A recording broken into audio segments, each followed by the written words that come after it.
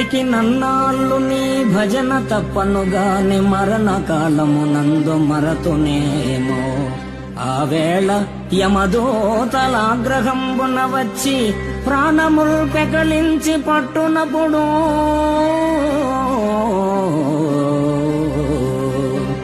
కఫవాత పైత్యముల్ కప్పగా భ్రమచేత కంపముద్భవమంది కష్టపడుచు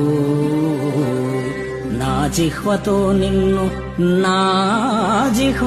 నిన్ను నారాయణ నారాయణ నారాయణ ఎనుచు పిలుతునో శ్రమ చేత పిలువలేను, పిలుతునో శ్రమ చేత పిలువలేను.